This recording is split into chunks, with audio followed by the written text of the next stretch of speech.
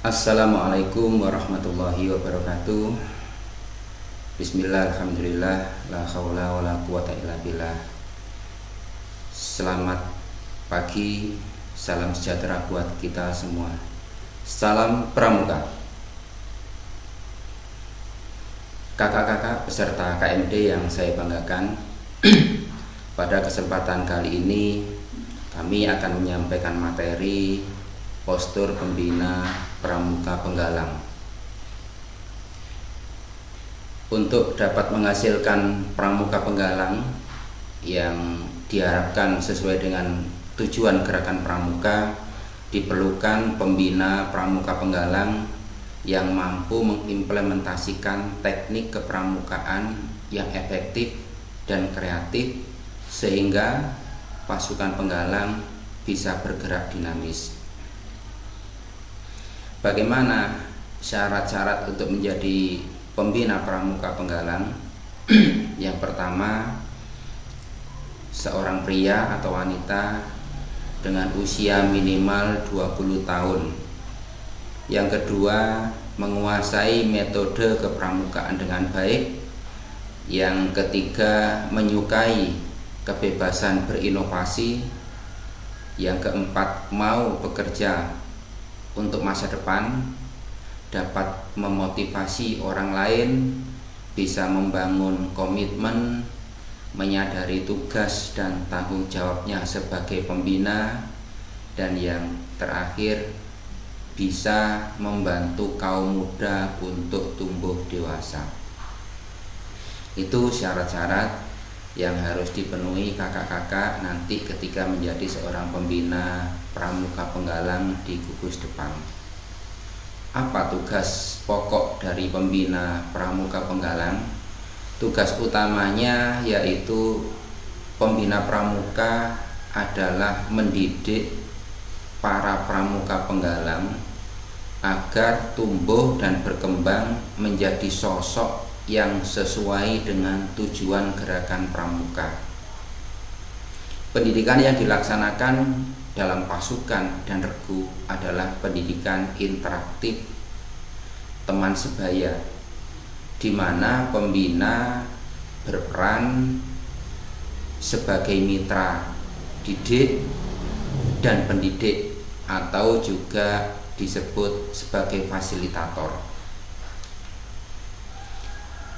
Bagaimana profil pembina penggalang? Sosok pembina pramuka penggalang yang baik dan disukai oleh peserta didiknya diantaranya yaitu pembina itu menguasai atau memahami karakter pramuka penggalang. Pembina itu supel dan luwes. Pembina penggalang itu berjiwa muda, bisa sebagai fasilitator, motivator, dinamisator yang handal. Terus pembina pramuka penggalang juga harus cerdas dan berwawasan luas.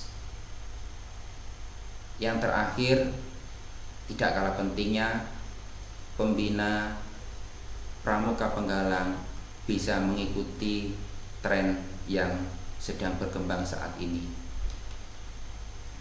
Itu kakak-kakak profil dari pembina pramuka penggalang. Selanjutnya, bagaimana cara kita menjadi pembina pramuka penggalang? Cara membinanya bagaimana? Hubungan pembina pramuka dengan peserta didik merupakan hubungan yang khas, yaitu setiap pembina pramuka wajib memperhatikan perkembangan mitra didiknya secara pribadi agar perhatian terhadap pembinaannya dapat dilaksanakan sesuai dengan tujuan kepramukaan.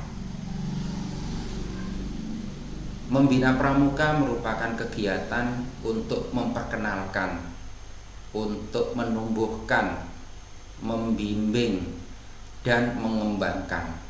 Apa saja yang ditumbuhkan, yang dikenalkan, yang dibimbing, dan dikembangkan?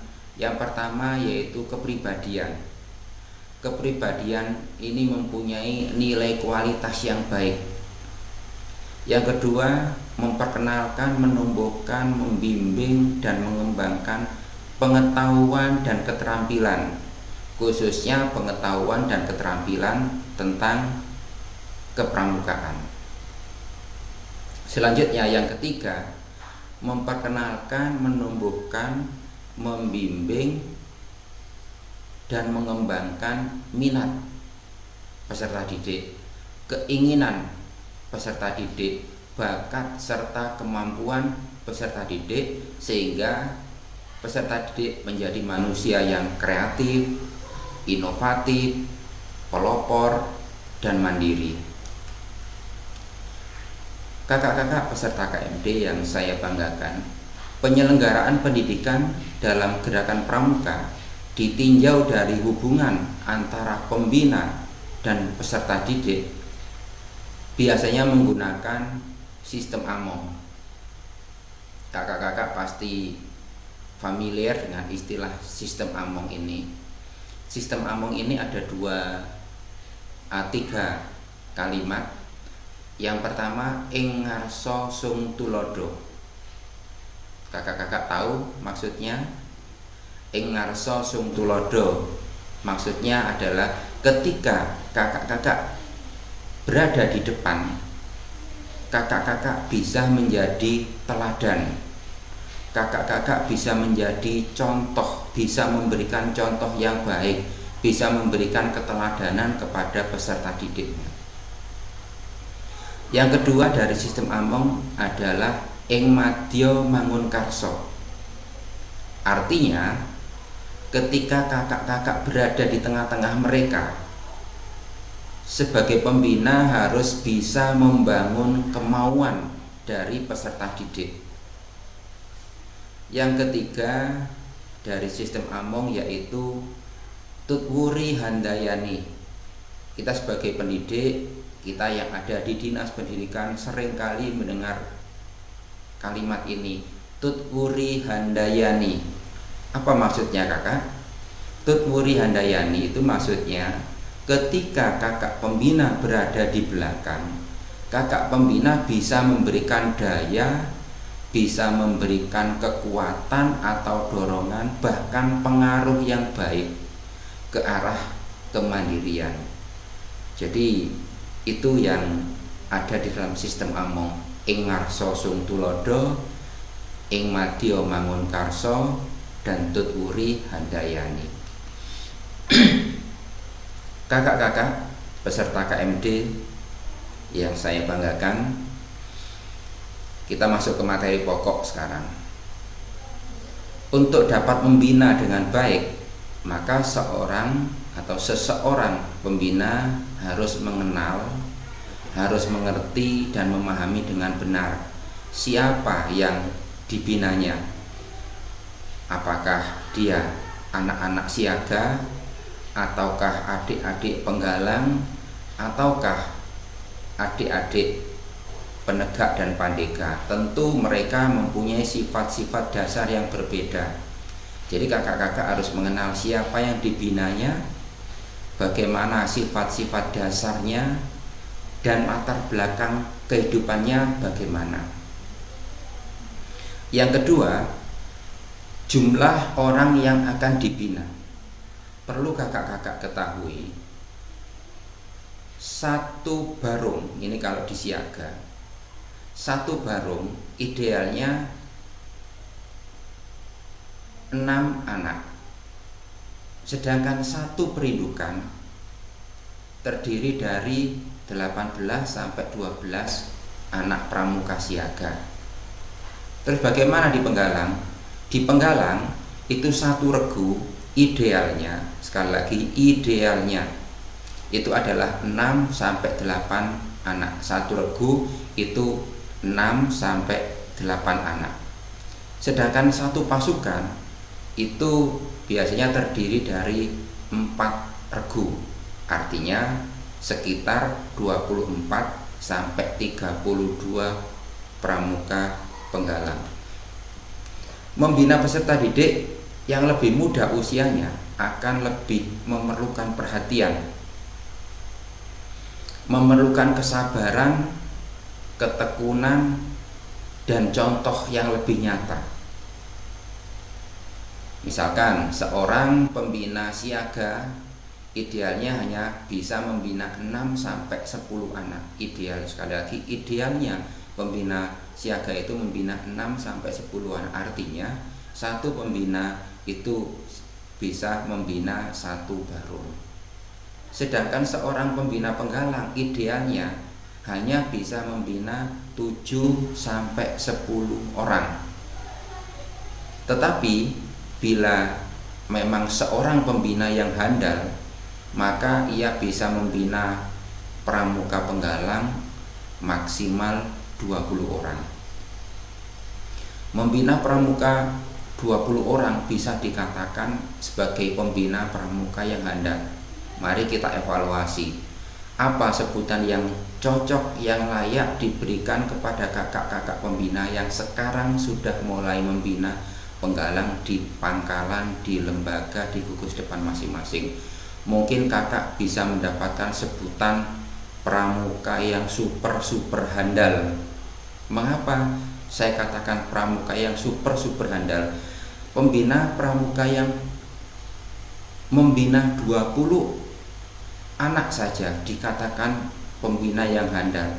Sedangkan di lapangan yang terjadi saat ini, satu pembina itu bisa membina sampai 50 anak, bisa membina sampai bahkan 100 anak. Karena tidak ada pembina yang mau membina pramuka, sehingga satu orang pembina itu membina adik-adik penggalang yang cukup banyak. Itu yang pernah saya alami sendiri. Namun demikian kakak, apabila berpedoman pada rasio jumlah kelompok peserta didik dengan pembina pendamping dalam kegiatan atas dasar jumlah anggota pramuka dalam regunya, maka seorang pembina dapat membina 1 barung saja atau 1 regu saja. Kakak-kakak peserta KMD, membina peserta didik harus didasarkan pada satuan terpisah, yaitu pembina putra hanya boleh membina peserta didik putra, pembina putri hanya boleh membina peserta didik putri. Itu yang dikatakan satuan terpisah. Jadi tidak boleh pembina putra membina adik-adik penggalang putri, pembina putri membina adik-adik penggalang putra. Itu bukan satuan terpisah namanya. Tetapi satuan terpisah adalah putra dengan putra, putri dengan putri. Tetapi ada pengecualian, kecuali pembina siaga putri. Nah, kalau siaga putra harus dibina oleh pembina putra, siaga putri harus dibina oleh siaga putri. Tetapi pembina siaga putri boleh membina siaga putra. Mengapa demikian? Karena pembina siaga putri ini lebih keibuan daripada pembina siaga putra. Pembinaan harus menarik minat peserta didik. Nah, di sini materi pembinaan dapat dibungkus misalkan dengan lagu, dengan tari, dengan gerak, permainan, perlombaan, cerita, penugasan, bakti yang sesuai dengan perkembangan jasmani dan rohani peserta didik. Kakak-kakak, mari kita mempelajari, mari kita belajar mengerti bagaimana sifat-sifat dasar pramuka penggalang. Pramuka penggalang sebagian sifat siaga kadang-kadang masih terbawa, tapi itu variatif tergantung masing-masing anak. Kadang-kadang ada anak ini yang sampai kelas 4, kelas 5 ini sifat kekanak-kanakannya, sifat siaganya masih nampak sekali. Tetapi tidak semuanya seperti itu. Tetapi beberapa pramuka penggalang itu masih menunjukkan, masih membawa sifat-sifat pramuka siaganya. Yang kedua, pramuka penggalang itu senang bergerak dan senang mengembara. Senang bergerak. Jadi tolong kakak-kakak kalau nanti melaksanakan kegiatan pramuka itu tidak selalu melarang adik-adik ketika mereka bergerak ke sana kemari, karena itu memang dunianya. Tidak melarang ketika anak-anak ini ingin mengusulkan, meminta kegiatan latihan minggu depan dengan acara penjelajahan, karena mereka senang suka dengan mengembara. Yang ketiga, sifat dasarnya itu usil, lincah dan senang mencoba-coba.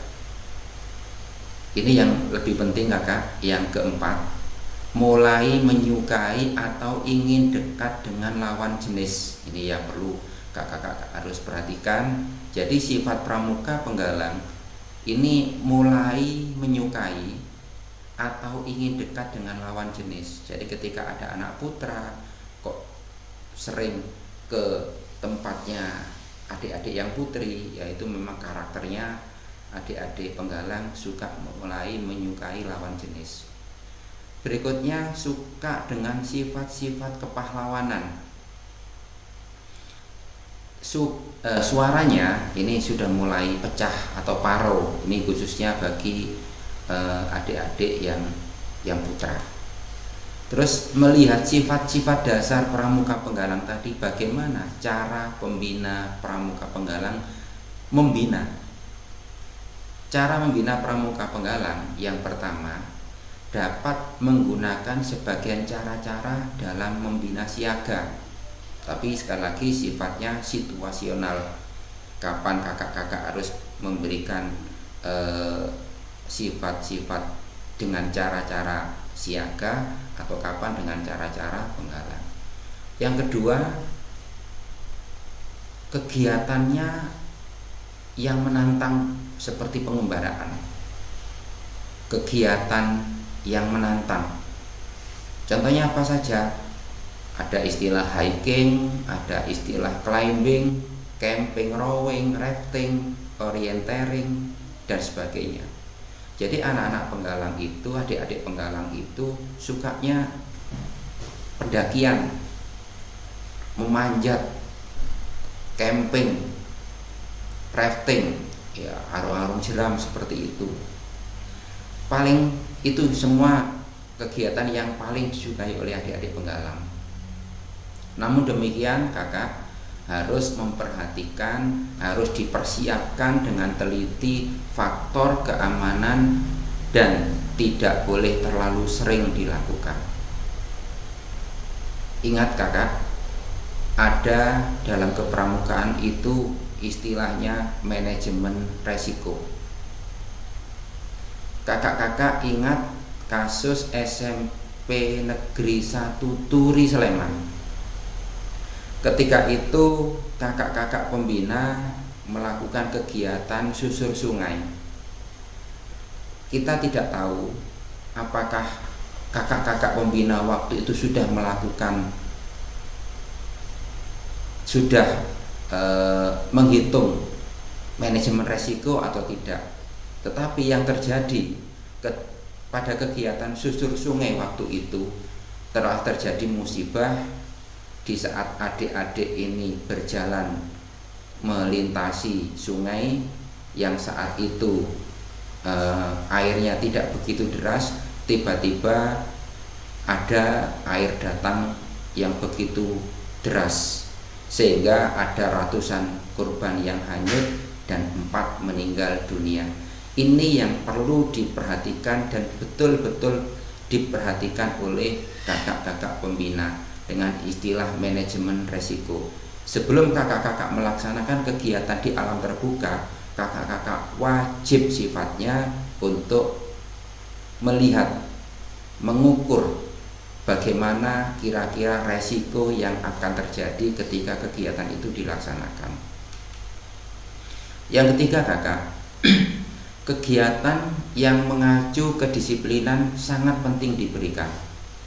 Misalkan jenis-jenis PBB, upacara, maka dalam setiap kegiatan latihan pramuka maka wajib hukumnya untuk dilaksanakan upacara pembukaan latihan, kalau selesai upacara penutupan latihan, supaya apa? Terbina membekas dalam diri adik-adik bagaimana kedisiplinan itu diberikan. Yang keempat kakak, reward dan punishment mutlak harus dilakukan dan ditegakkan. Kita harus fair kakak-kakak. Ketika adik-adik penggalang kita nanti mendapatkan prestasi, jangan segan-segan untuk memberikan reward atau hadiah. Begitu juga dengan sebaliknya, ketika ada anggota pramuka penggalang yang melakukan kesalahan, kakak-kakak juga wajib menegakkan atau memberi sanksi atau punishment. Yang kelima, kehidupan penggalang ada diregu. Oleh karena itu, kekompakan, kreativitas, dan disiplin bergu harus dipelihara. Mari kita sering-sering mengajak kepada regu masing-masing untuk senantiasa menyampaikan yel-yelnya. Antar regu menyampaikan yel-yelnya. Mereka akan semangat, mereka akan berlomba-lomba untuk menunjukkan kekompakannya, kreativitasnya, kedisiplinannya dalam beregu. Yang keenam kakak, pembina penggalang tidak boleh seenaknya membuat acara latihan menurut keinginannya sendiri, tetapi harus tahu kebutuhan penggalang dan bertanya kepada mereka latihan apa yang diinginkan, walaupun ketentuan ada di tangan kakak pembina. Karena apa? Karena pembina sangat tahu akan dibawa kemana arah dari latihan pramuka pada saat itu. Makanya ketika menyusun program latihan, kakak-kakak pembina bisa atau harus melibatkan dewan galang untuk menyusun program latihan. Yang ketujuh, setiap kegiatan yang menarik tujuan akhirnya adalah pembentukan karakter. Oleh karena itu, pembina tidak boleh melupakan hal tersebut untuk senantiasa memberikan kesimpulan atau pembulatan materi latihan ke dalam nilai-nilai yang didasarkan atas penerapan satya dan dharma pramuka. Yang terakhir, pembina harus lebih banyak ing madya mangun karso yang tadi sudah kita bahas. Ketika berada di tengah-tengah, kakak bisa membangun kemauan mereka. Karena apa? Dalam sistem Among itu sistem pendidikan yang dilaksanakan dengan cara yang memberikan kebebasan kepada peserta didik untuk dapat bergerak dan bertindak dengan leluasa, dengan sejauh mungkin menghindari unsur-unsur perintah keharusan, paksaan, dengan maksud untuk menumbuhkan dan mengembangkan rasa percaya diri, kreativitas, dan aktivitas sesuai dengan aspirasi peserta didik. Kakak-kakak peserta KMD yang saya banggakan, dalam melaksanakan tugasnya, pembina pramuka wajib bersikap dan berperilaku sebagai berikut. Yang pertama, cinta kasih, kejujuran, keadilan, kepantasan, kesederhanaan, kesanggupan atau rela berkorban, dan kesetiakawanan sosial. Yang kedua, disiplin disertai inisiatif. Yang ketiga, bertanggung jawab terhadap diri mereka sendiri, terhadap sesama manusia, terhadap negara dan bangsa, dan terhadap alam lingkungan hidup, serta bertanggung jawab kepada Tuhan yang Maha Esa. Dalam sistem Among, dalam gerakan pramuka memberikan kesempatan kepada peserta didik untuk mengembangkan pribadinya, mengembangkan bakatnya, mengembangkan kemampuannya, cita-citanya. Pembina pramuka sebagai pamong hanyalah menjaga, membenarkan kalau itu memang benar, meluruskan ketika ada yang salah, mendorong, memberikan motivasi sebagai tempat berkonsultasi dan bertanya. Peserta didik harus diperlakukan dan dihargai sebagai subjek pendidikan, bukan hanya sebagai objek pendidikan belaka yang hanya bergiat kalau disuruh pembinanya, tetapi mereka diberi kebebasan untuk bergerak dan bertindak dengan leluasa agar tumbuh rasa percaya diri, agar berkembang kreativitasnya sesuai dengan aspirasi mereka.